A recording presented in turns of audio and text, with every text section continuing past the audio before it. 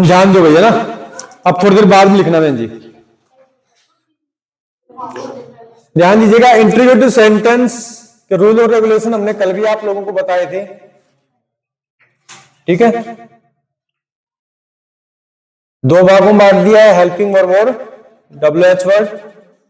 Helping verb में conjunction word इसका प्रयोग करेंगे और WH वर्ड में WH वर्ड ही रखा जाएगा, ठीक है। ये दूसरा नियम। पहला नियम हमारा क्या था कि से आ जाए, से टू आ जाए तो किस बदलेंगे हम, आस्क में। उसके बाद में सेज टू आ जाएगा तो आस्क्स में, और सैड टू आ गया तो आस्क्ड में, ठीक है। तीसरे नियम की हम बात करें तो आवश्यकता अनुसार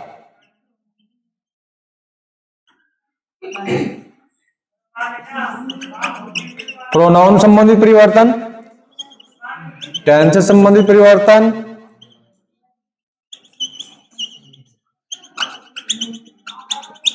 टाइम एंड डिस्टेंस से संबंधित परिवर्तन।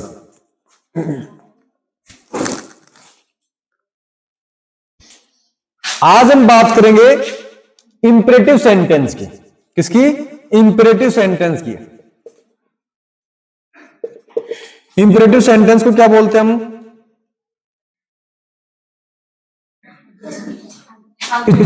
आज्ञासूचक वाक्य। क्या बोलते हैं? आज्ञासूचक वाक्य। इसको 4 भागों में बांटा है, वैसे 5 ही मान लो समझने की दृष्टि से। पहला है हमारा प्लीज काइंडली से शुरू होने वाला सेंटेंस, ठीक है। दूसरा है डू या फिर डो नॉट, है ना, से शुरू होने वाला सेंटेंस। तीसरा है मेन वर्ब की फर्स्ट फॉर्म से। चौथा है लेट अस से, और पांचवा है लेट अस के बिना, ठीक है। अब इनके रूल और रेगुलेशन की हम बात करते हैं।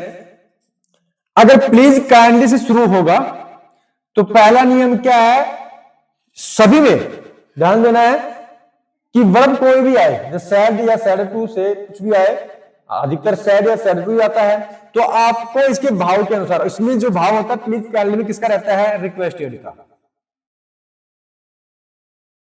किसका रहता है? रिक्वेस्टेड का। दूसरा नियम है कंजक्शन वर्ड। किसका प्रयोग करेंगे हम? टू का, प्लीज काइंडली को हटा करके। अंडरस्टैंड? उसके बाद में बाकी का नियम यथावत रहेगा, ठीक है। इसमें हम बात करें तो यहां पर आप लोगों को पहला जो नियम ध्यान रखना है वो ये करना है कि जो वर्ब आती है रिपोर्टिंग वर्ब के सेंटेंस में, तो उसको फॉरवर्ड में बदल देना है, ठीक है।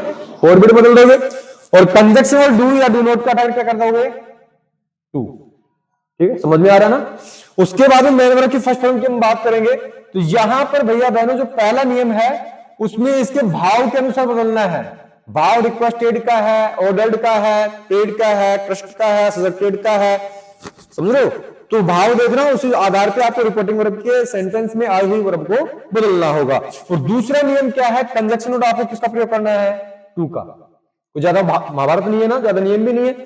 उसके बाद में ये जो हमारा लेट अस सवाल आता है, इसमें थोड़े से नियम है।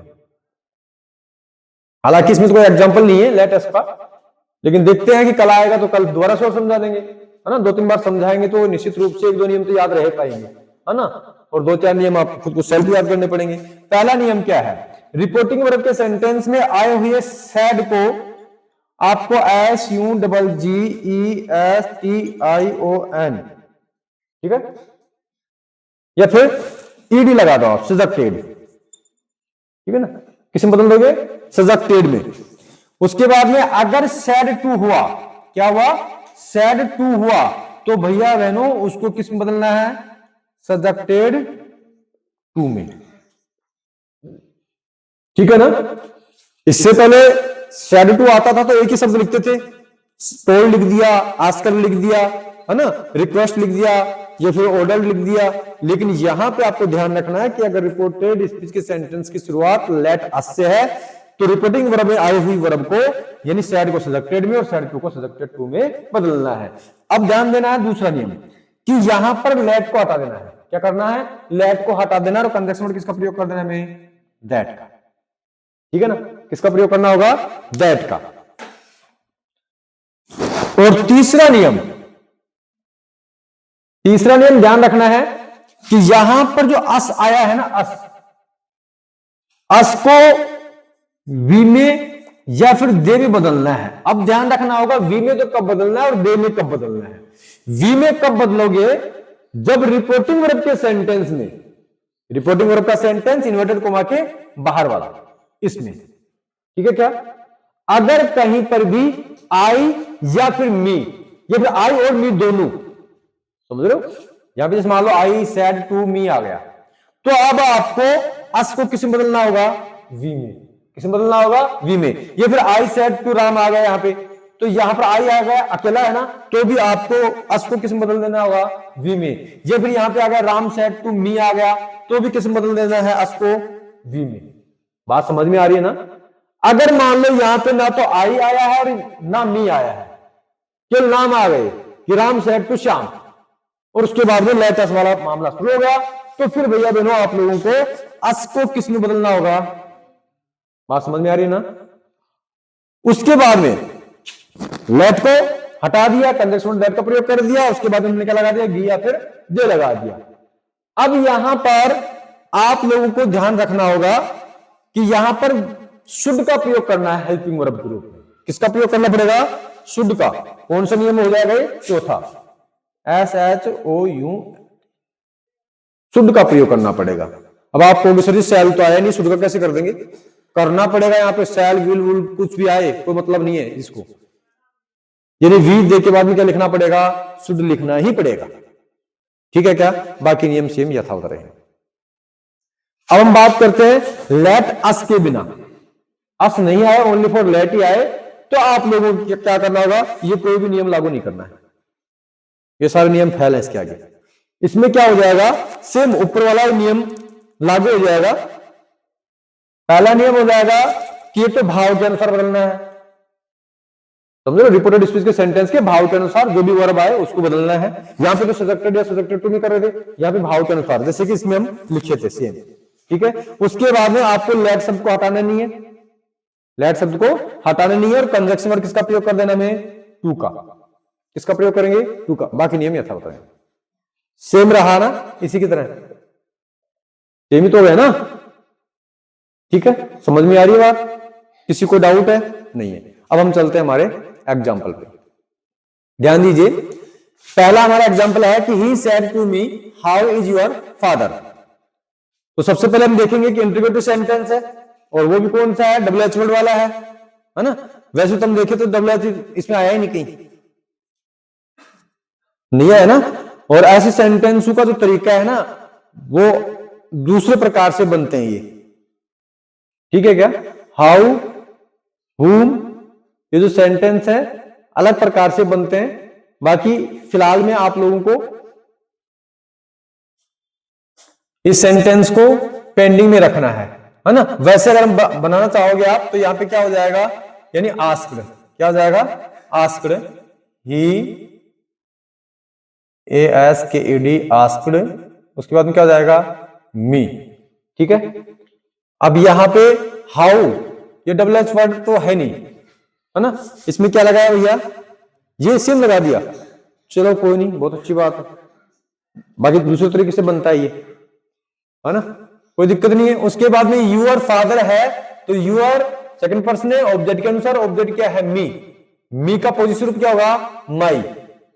यू का पोजिशन क्या हो जाएगा, माई फादर, माई फादर। उसके बाद में इज को हम किस में बदल देंगे, वाज में। ठीक है, कैसे बना भैया, ऐसे बना है। चलो नेक्स्ट देखते हम। ये उल्टा पुल्टा बना है, तो उसको सीधा करना है। यहां पे हमने ही लिख देना है, सेड टू किस मतलब लिख देंगे, आस्क्ड में।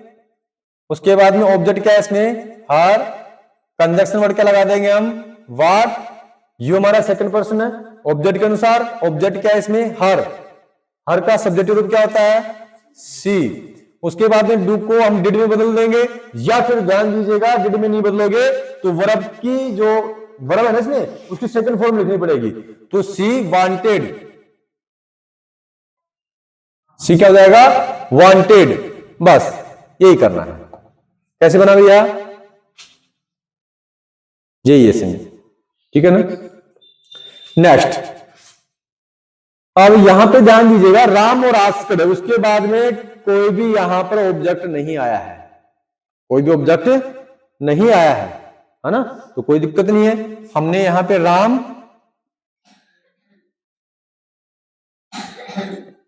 आस्कड, अब कंजक्शन किसका प्रयोग कर देंगे हम, विच का, ठीक है।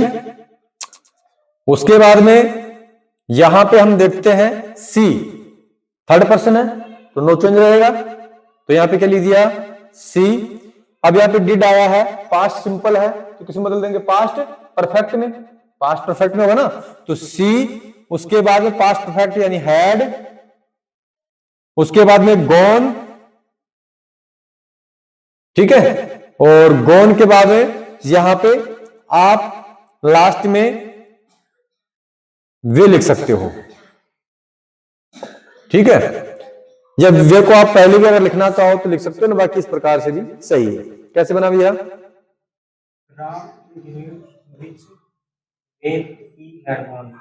वे विच के बाद में वे कर दिया ना, हाँ तो कोई दिक्कत नहीं, आप यहां पहले भी लिख सकते हो, हमने पहले बोल दिया कि इसको आप यहां पहले भी लिख सकते हो, ठीक है। यहां पे इनकरेक्ट वगैरह आपको लिखने की आवश्यकता नहीं है, ठीक है ना भैया। Next, the teacher said to me, इसको हमने पहले लिखना है, इंट्रोगेटिव सेंटेंस ही है, तो सेड टू को किस में बदल देंगे हम, आस्क्ड में। तो सबसे पहले हमने द टीचर, उसके बाद में सेड टू को आस्क्ड में बदल देंगे, ऑब्जेक्ट के रूप में क्या है, मी है। उसके बाद में यहां पे देखना है प्रश्नवाचक चिन्ह है लास्ट में, है ना, इसका मतलब हेल्पिंग वर्ब से शुरू है। अब कंजक्शन वर्ड क्या लगाएंगे, हेल्पिंग वर्ब है तो इफ। उसके बाद में यहां पे यू सेकंड पर्सन है ऑब्जेक्ट के अनुसार, ऑब्जेक्ट क्या है, मी, मी का सब्जेक्ट रूप क्या होता है, आई। इसके बाद हम देखते हैं कि यहां पे प्रेजेंट सिंपल टेंस है तो पास्ट सिंपल टेंस में बदलना है, और पास्ट सिंपल टेंस में क्या तो आप डिड राइट कर दो, या फिर इसकी सेकंड फॉर्म लिख दो, wrote, I wrote, WROTE, I wrote a good hand. कैसे बनाया भैया, हाँ तो डिड लगाया होगा फिर बीच में है, teacher asked me if I right A good hand, तो ये गलत है भैया इसमें, है ना, राइट की सेकंड फॉर्म लिखनी पड़ेगी, रोट, ठीक है, सही कर लो भैया। Next, the beggar said to the lady please give me a food.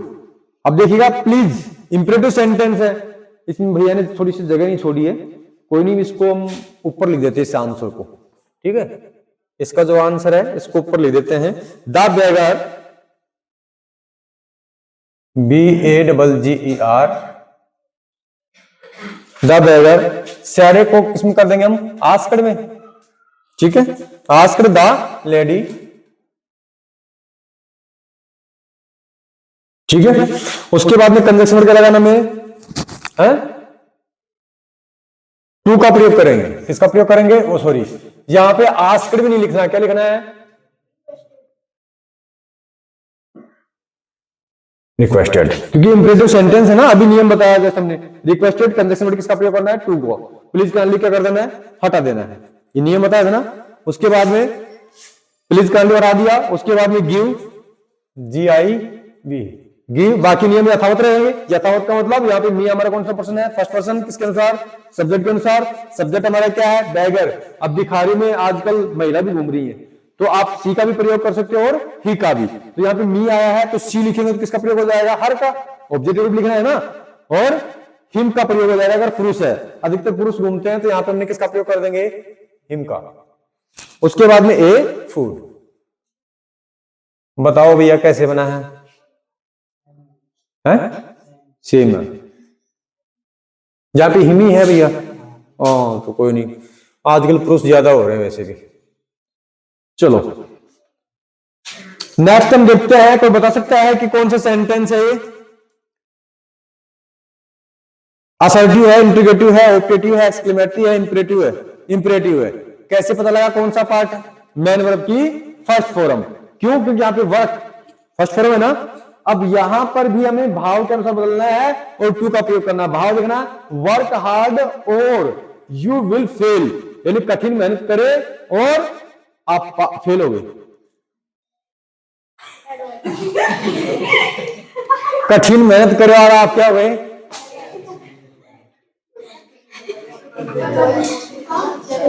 नहीं, इसका मतलब यह है कि कठिन मेहनत करो अथवा आप क्या हो जाओगे? फेल हो जाओगे। ये सलाह है ना? कठिन मेहनत करो अथवा क्या हो जाओगे? फेल हो जाओगे। ऐसे है, ऐसे नहीं कि मैं कठिन मेहनत कर यार फेल हो गया, ऐसे नहीं है। ठीक है, चलो ध्यान दीजिएगा, ये सुझाव है। तो यहां पे हमने सुझाव है तो क्या कर देना है? ध्यान दीजिएगा, द टीचर शेयर टू किस में कर देंगे? सजेक्टेड में, SUGGESTED, सजेक्टेड। अब यहां पे भाव देखिएगा, सजेक्टेड का भी हो सकता है, ऑर्डर्ड का भी हो सकता है। ठीक है, उसके बाद में द बॉयज। अब यहां पे हमें कंजंक्शन वर्ड टू का प्रयोग करना है। उसके बाद में वर्क हार्ड और यू हमारा सेकंड पर्सन ऑब्जेक्ट के अनुसार, ऑब्जेक्ट हमारे क्या है? बॉयज, यानी लड़के बहुत सारे। इसका मतलब किसका प्रयोग हो जाएगा? दे विल को किस में बदल देंगे? वुड में। उसके बाद में फेल। कैसे बनाया भैया? हाँ, सलाह होगी ना, एडवाइस। सजेक्टेड यानी सुझाव, एडवाइस सलाह, कोई दिक्कत नहीं। और बाकी सेम है, अंडरस्टैंड? यहां पे सजेक्टेड भी लिख सकते हो, सुझाव भी लिख सकते हो, या फिर एडवाइस भी लिख सकते हो, एडवाइस। ठीक है ना, राइट कर लो भैया। और ये चीज जो न्यू स्टूडेंट्स हैं, ये चीज जो समझाते हैं ना, ये सारे राइट कर लिया करो, जिससे कि थोड़ा बहुत आप लोगों को ध्यान रहे, है ना, क्या पढ़ाया है। वैसे तो रूल और रेगुलेशन आपकी पासबुक गाइड्स वगैरह में या स्कूल में पढ़ाए होंगे, तो सारे लिखे हुए होंगे। और पहले मैंने पूरे लिखवा भी दिया आप लोगों को ना, प्रत्येक बोर्ड पे लिखवाया एक एक करके।